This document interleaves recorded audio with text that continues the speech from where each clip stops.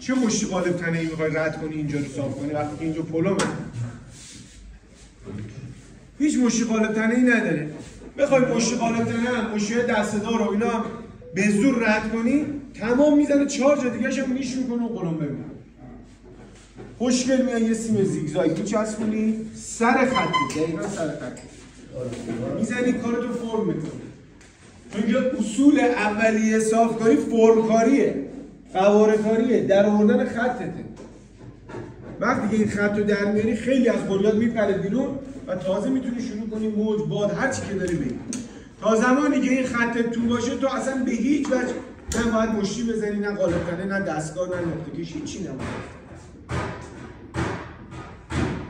پس کار با سیم زیگزاگ بسیار کار راه اندازه بر ما، مخصوصا ماشین‌های جدید که پر خطه و سیم زیگزاگ خوبیش اینه که منعطفه.